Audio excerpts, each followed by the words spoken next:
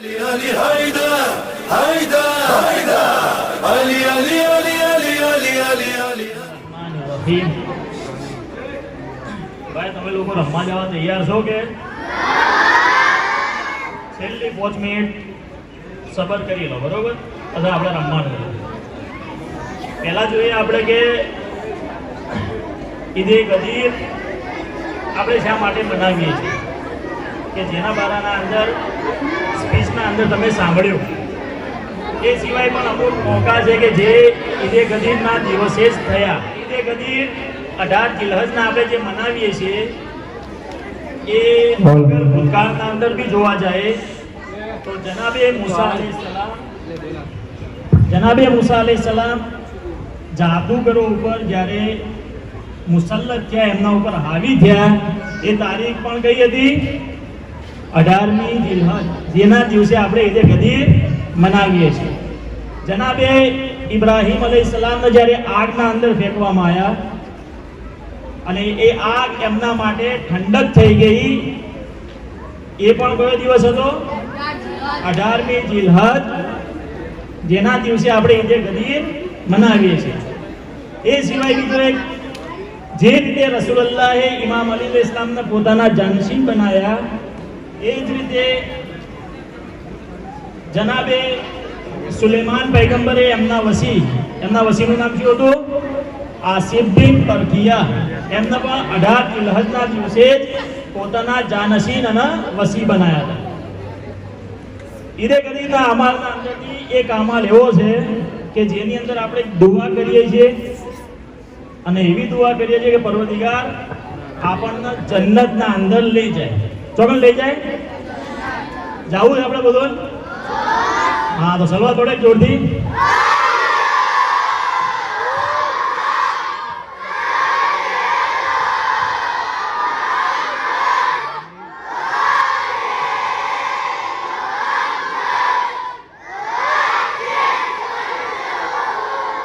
આપણે એકલા જવું છે કે બધું લઈને જવું? હા, તો આપણે ઈદે ગદીરના દિવસે એક સિક્કો પડીએ છીએ. એ સિક્કાના અંદર આપણે અલ્લાહથી દુઆ કરીએ છીએ કે પરવરદિગાર તું અમને જન્નતના અંદર લઈ જા, અને અમે હાથી જે બેઠા છીએ અગર એના અંદરથી અગર તું એકને પણ બાકી લાગે તો અમે જન્નતના અંદર ન જાઓ જ્યાં સુધી તું અમને સાથે ન લઈ જાય. તો એ સિક્કો આપણે બધા હાથી પઢવાનો છે. હું પઢો એટલે જ્યારે ઈશારો કરું એટલે બધા ખાલી શું બોલવાનું છે? કબીલ તો. શું પઢવાનું છે? હા, હું ઈશારો કરું એટલે પઢજો. હાલો બધા લાઈનના અંદર બંને બાજુ પોતાના હાથ એકબીજા હાથી પોતી દો.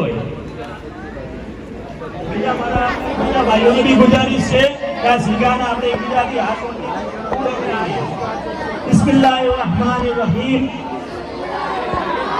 તમારે તો કોઈ ભણવાની જરૂર નથી, હું કોઈ ઈશારો કરું એટલે કબીલ તો ભણજો ખાલી.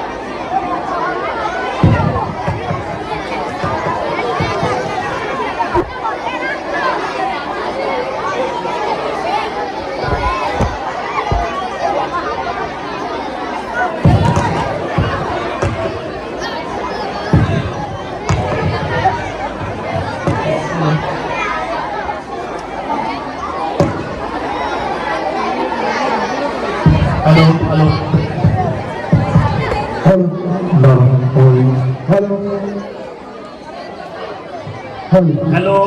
ભાઈઓ જે વાતો કરશે અને મસ્તી કરશે એને ગેમ રમવા લઈ જવામાં આવશે. જોનથી ફટાફટ બતાવો.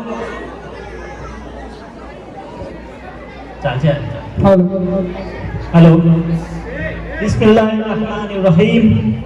وآخيتك في الله وصافيتك في الله وصحبتك في الله وآهدت الله ملائكته وكتبه ورسله والأنبياء والأئمة المعصومين عليهم السلام ألا إني إن كنت من أهل الجنة والشفاعة وأذن لي بأن أدخل جنة لا أدخلها إلا وأنت معي أسقطت عنك جميع حقوق الأخوة ما خلا الشفاعة والدعاء والزيارة صلوات بر محمد وآل محمد مولا فهذا علي المولى